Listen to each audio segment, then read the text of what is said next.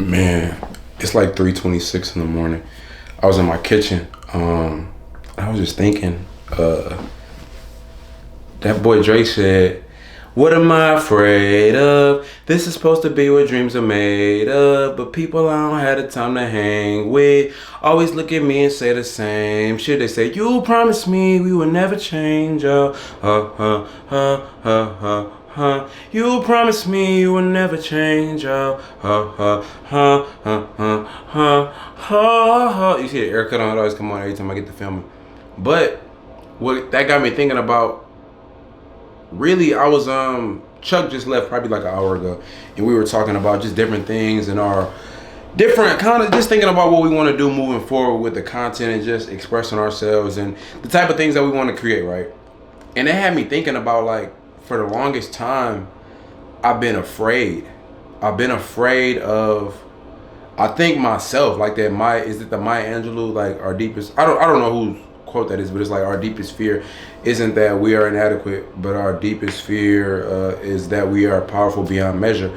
And I think, for me specifically, bro, like, I've always known that I'm capable of doing great things, but yet there's like a fear that exists. But then I was really just sitting back in my kitchen and I'm like, bro, what am I really afraid of? You know, like, what am I really afraid of? And then that song, that's always been one of my favorite songs, like, ever, The Resistance.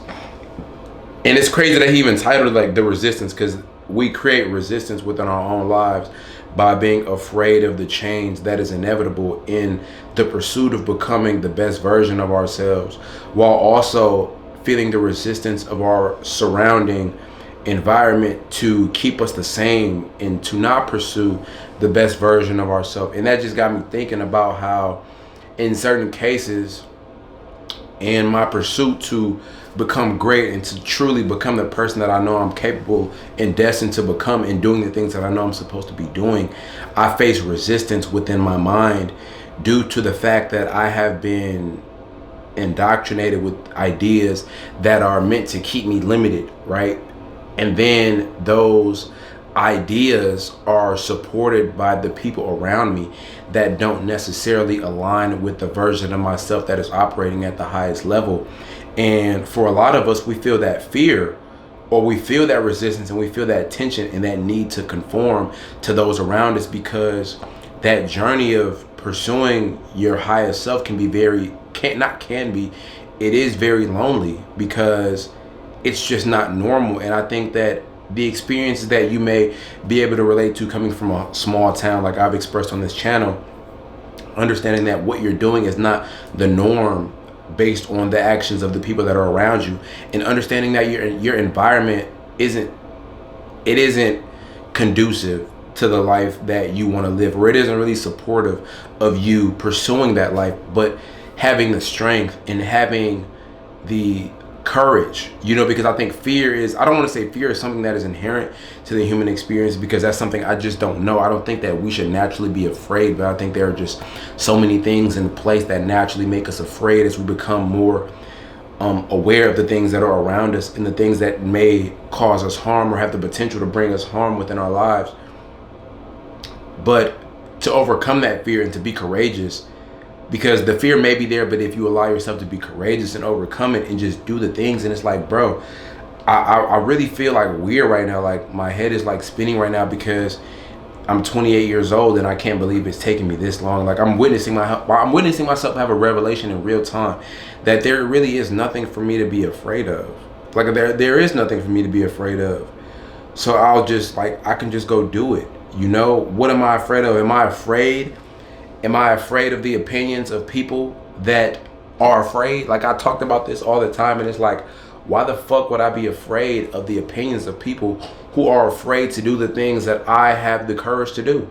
You know, I have the courage to put myself out there on video. I have the courage to go shoot these music videos when I know that people may laugh at them, or may not watch them, or may try to ridicule me. But it's like, bro, I have no fear to do these things, bro, and I am happy doing these things. So to allow myself and allow my being to be limited by people who live a fear-based lifestyle and don't necessarily have the courage to be themselves, bro, that's asinine, and that's pretty stupid when you really break it down, bro. So, like, not allowing myself to succumb to the stupidity, and allowing myself to just be great, bro, despite the fears and despite the projections of other people's fears onto me, bro. I'm just gonna be great, bro, and just be the person that I know I'm capable of being, bro, and that's it. And you should do the same. And it's like, bro, we let so many opinions that are not our own, when we can have we can have like a sure plan in our mind and a sure understanding, a concrete understanding of who we are and what it is that we're supposed to be doing, but we let the fears and the projection of fears of other people keep us limited. But why is that?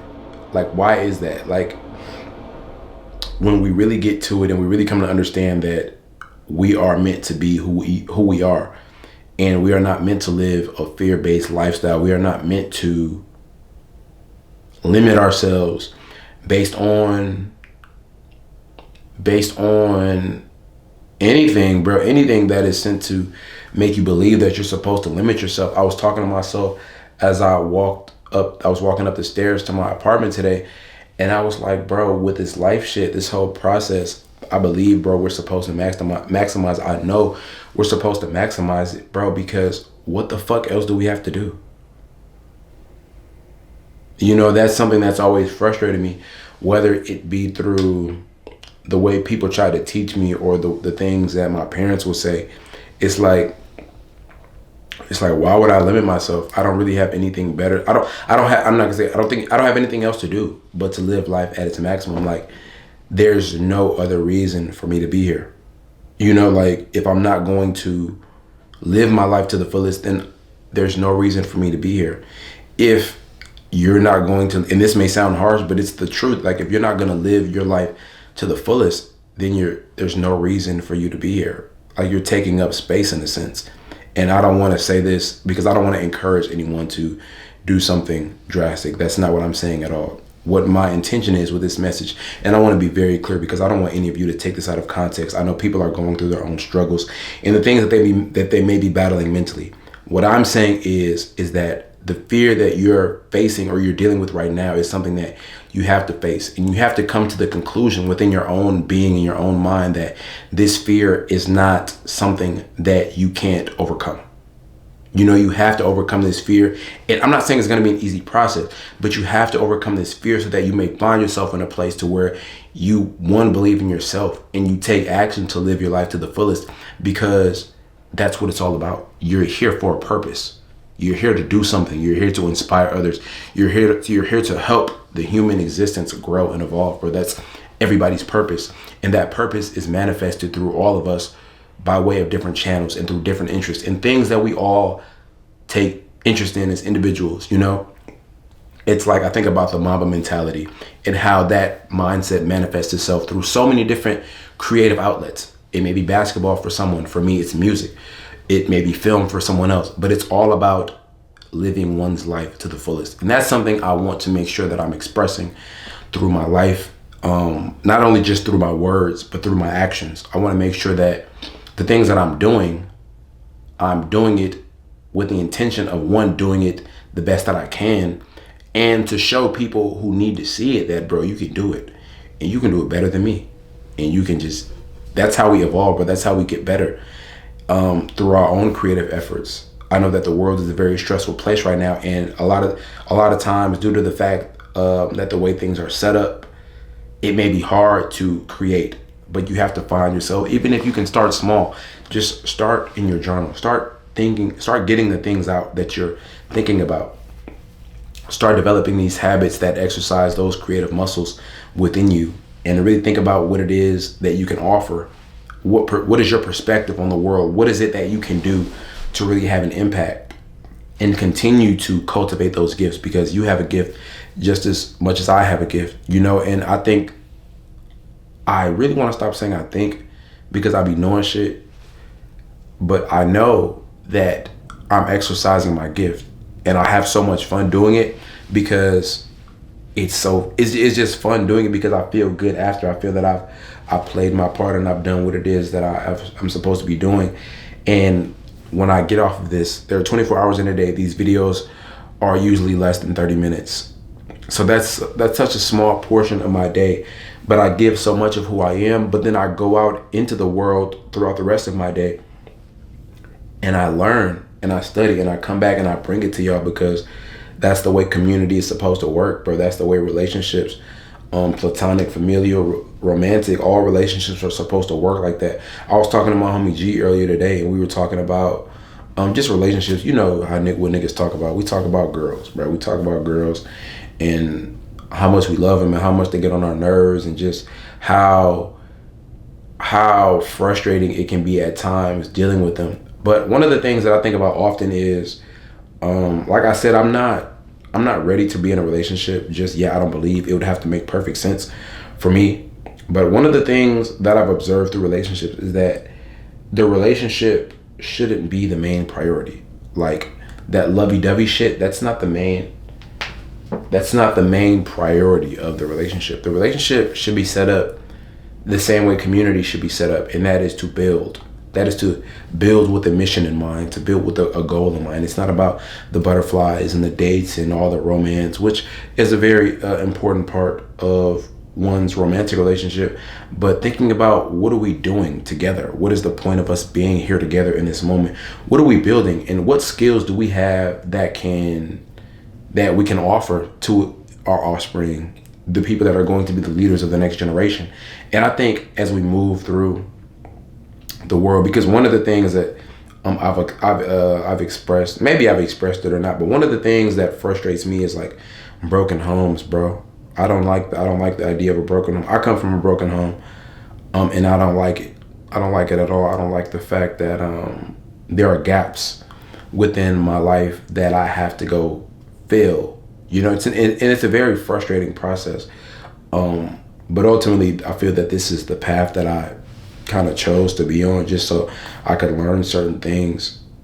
But it's frustrating, bro. And I see, because I know who I am and I know how I see the world. But everybody who comes from certain situations doesn't have the ability to see the world that way. And a lot of people don't understand both the issues and the trauma that they're afflicting onto these children. And a lot of people don't understand that there are things within their own lives that are going wrong. But I think that moving forward, one of the things that we really need to focus on is building relationships with intention, and building families with intention. I was talking to some people. I went to Dearborn. I was doing an Instagram in Dearborn, and I went Dearborn. There's this neighborhood in Dearborn. In Dearborn, it's like, I think like the Arabic capital of the United States or something like that. I just know it has a very dense Arabic population. So I was dropping off this Instacart to the kid, and it was like a very wealthy neighborhood. That specific neighborhood is like one of the second wealthiest neighborhoods in Michigan. So I was talking to him and I asked him, I was like, what's your family structure like? What is the way, like, how do you guys format things? Because I mean, I always like to ask people who have wealth, what are they doing differently? Because I don't have wealth yet. So I need to know what's being done in the lives of people that have it. So I asked him, and he was basically telling me like they put their children in certain spaces that they know are going to be profitable and in high demand within the future. But one of the things that he said that really stuck out to me was that his whole family lives on the block.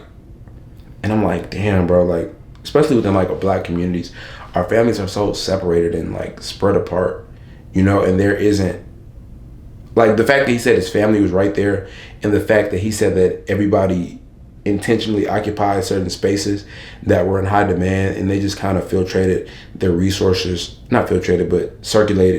their resources through the family. I was like, wow, that's very intelligent. That's a very smart thing to do. Instead of everybody going and paying equal amounts and struggling to get by, why don't we pool our resources together and do something that can profit us, you know? And just being more intentional about that. And not only within our immediate family, but just with people that we share ideas with, you know, people that live life based on similar ideologies. If we come together and just are more intentional and just a little bit more fearless about growing, I think a lot of us are afraid to grow, and that goes back to what I was talking about at the beginning of the video. We constantly self-sabotage ourselves by taking the harder path, when a lot of times the easier route is right there. But the fear that we have of excelling within this game makes us take the harder path, when the solution is oftentimes right there in front of us. Why do we continue to take the harder path? Is it because that's what we believe we should be doing? Is it because we believe we're not deserving of more? I don't know. There are a lot of factors at play, but that's something we really need to figure out. But I think the first step is to understand what it is that we're supposed to be doing, and thinking about what we're capable of doing and what we would like to do, and putting intention behind it, so that we're not just all over the place, and we're not easily sidetracked. I was telling Chuck that shit earlier. Like, as we move forward, we have to understand what it is that we're doing, and not align ourselves with things, especially early on, that can be detrimental long term. This is something I just think about a lot, and I'm very intentional about it now. Like, I don't really have a lot of friends. I have people that aren't my family that are very close to me, but in terms of like friends, I don't really say I have a lot. And I'm not saying that's just like the right thing to do. That's really me observing the situation. I don't have like a lot of friends that I don't know. I've tried it, bro, and it just doesn't stick for me. It's not real enough. I can only do so much small talk. I want to get to the root of the problem. I want to get to the nitty gritty of it all, and I want people to be really there. Like, if we're gonna build these, I have no problems building relationships. I just think that people aren't often really there as much as they portray themselves to be on in the early stages. And that concept right there is applicable to all type of relationships. And I'm guilty of being that person who isn't there as well. You know what I'm saying? I'm not perfect. I think a lot of us, especially as young people within romantic relationships, I know for me at my age of 28, the girls that I interact with, they're often ready for things that I'm just not ready for. Like, meet a girl at 26, 27, 28, some of them, the ones I tend to go after or are interested in or share a similar interest in, they're getting to that point where they're ready to start families, and they want to really lock things down. And I just had to be honest with myself at a certain point and stop playing with these women's emotions. I had to stop, because it wasn't even like I was intentionally leading them on, but because I would want that. I would want what they want, but then it would get deeper into the actual relationship, and I'd be like, bro, I'm really not ready for that right now. I still have things that I need to resolve within my own life and within my own mind. There are still things that I need to develop before I'm able to truly commit to being that person, bro. Because I don't want to be, when I have my children, bro, I want them to be like, I want to be able to be there for them the way I want to be there for them. I want to be able to provide for them. I want to be able to teach them, and to be there for them. I want to create stability for my wife. I want to be able to, like, I don't want my wife to work. Like, I don't, like, in my future, I don't see myself having a wife that works. And not just because I'm like stuck on this idea of being like this provider dude, but I think it's the healthiest option. And that's not saying she's just gonna be like a stay-at-home mom, but I don't need the mother of my children outside of the home, like 8 hours a day, giving her time and energy to something that isn't her family. That's not what I want for my life. I mean, if you're a woman and you want that, that's cool. That's not what I want for my life, or my wife, or the mother of my children. And I really I want to have one. I don't want to have children by multiple people, bro. That's like, it's a scary thing, bro, because it's a scare. I think that creates room for so many things to just like go wrong. It doesn't always go wrong. I just think that there's a potential, bro. I want all my kids in the crib with me. I need all my kids under my leadership. That's the role And I'm starting to really observe that. I think I'm really noticing like my generation is taking a much more sound and a much more involved.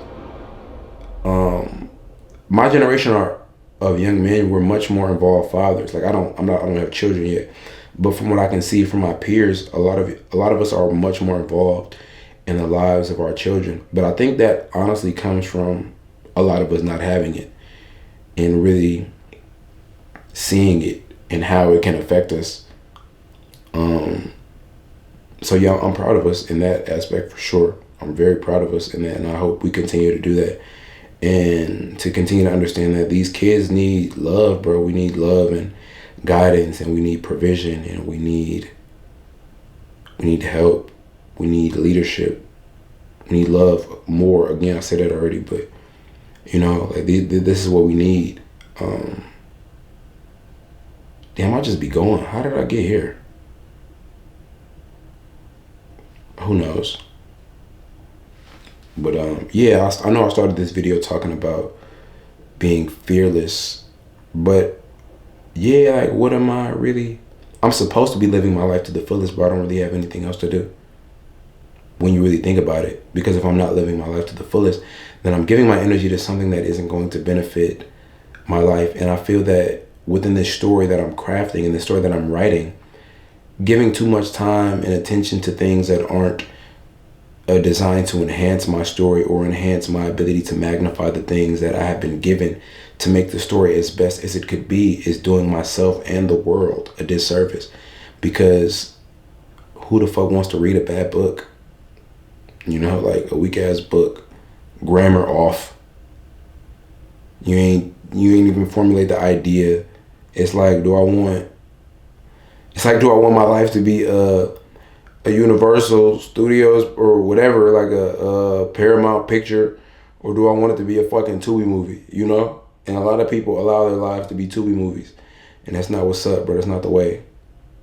If I'm gonna do it, bro, I want my shit to Universal on that motherfucker. You feel me? That's how I see it. And I'm grateful for that revelation. I'm grateful. As soon as I said that to myself, bro, I came right in here and I turned the camera on. And yeah, bro, just continuing to evolve, continuing to grow and be the best that we can be, you know? That's all I had to say. I'm about to go to sleep because it is kind of late. It's like 4 about this time. I'm gonna upload this video tomorrow. But I thank all of you for watching. I thank you for allowing me to vent to y'all today. It is February 23rd. When I started this video, it was 3:26 in the morning. February 22nd, 2/22/22. It's been 3 years since I dropped The Kid Is Coming and Gorgeous. So for that, I was listening to Long Way Home. That song just gets better and better and better the more I hear it. I was listening to that song like, damn. Like, yeah. That was more than just a song. But yeah, I'm Nick Johnson, aka your favorite cousin. And if I haven't already, I officially welcome you all to the Purple Era. I will catch y'all on the next one.